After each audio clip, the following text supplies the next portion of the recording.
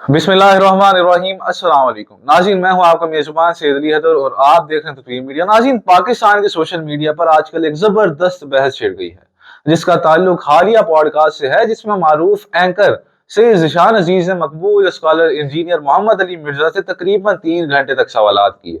तकरीबन 3 घंटे तक पॉडकास्ट किया। इस पॉडकास्ट के दौरान हसास और मतनाज़ मौज़ूआत जैसे C295, मजहबी मामला, सियासी सूरत हाल और अवामी मसाइल पर खुलकर बात हुई। अब यहाँ अवाम ने देखा कि इंजीनियर मोहम्मद अली मिर्जा के जवाबात अक्सर मजबूत, तहकीक शुदा और मुकम्मल मालूमात पर मबनी थे, लेकिन एंकर के सवालात कई जगहों पर बेबुनियाद, गैर मेयारी और बाज़-औक़ात बगैर तहकीक के लगे। ऐसा महसूस हुआ जैसे एंकर सिर्फ कैजुअली या वायरल क्लिप्स बनाने के लिए बैठे थे, ना कि डिबेट को प्रोफेशनल और इंफॉर्मेटिव बनाने के लिए। अब यहाँ पर सहाफ़ी के मेयार के मुताबिक सवालात हमेशा हक़ाइक़ पर मबनी होने चाहिए।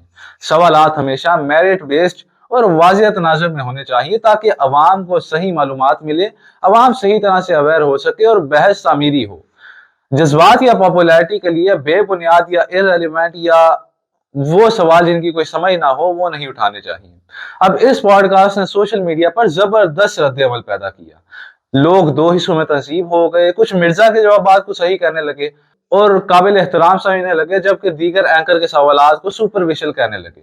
अब यही वजह है कि यह वीडियो वायरल हुई और लोगों ने खुद रिसर्च करके बहस में हिस्सा ले लिया। अब इस वीडियो को बनाने का मकसद ये है कि ये मामला हमें ये सबक सिखाता है, ये सबक देता है कि अवामी डिबेट्स और पॉडकास्ट में सहाफती जिम्मेदारी, तहकीक और मेरिट बेस्ड सवालात लाजमी हैं और हर नाजरीन को चाहिए कि वो कंटेंट देखे, खुद तहकीक करे और हक़ाइक़ की बुनियाद पर राय कायम करे ताकि डिस्कशन इंफॉर्मेटिव हो, मुस्बत और जिम्मेदाराना पैगाम पहुंचे और किसी भी नेगेटिव कमेंट से या नेगेटिव बात से हम गुरेज कर सकें। शुक्रिया।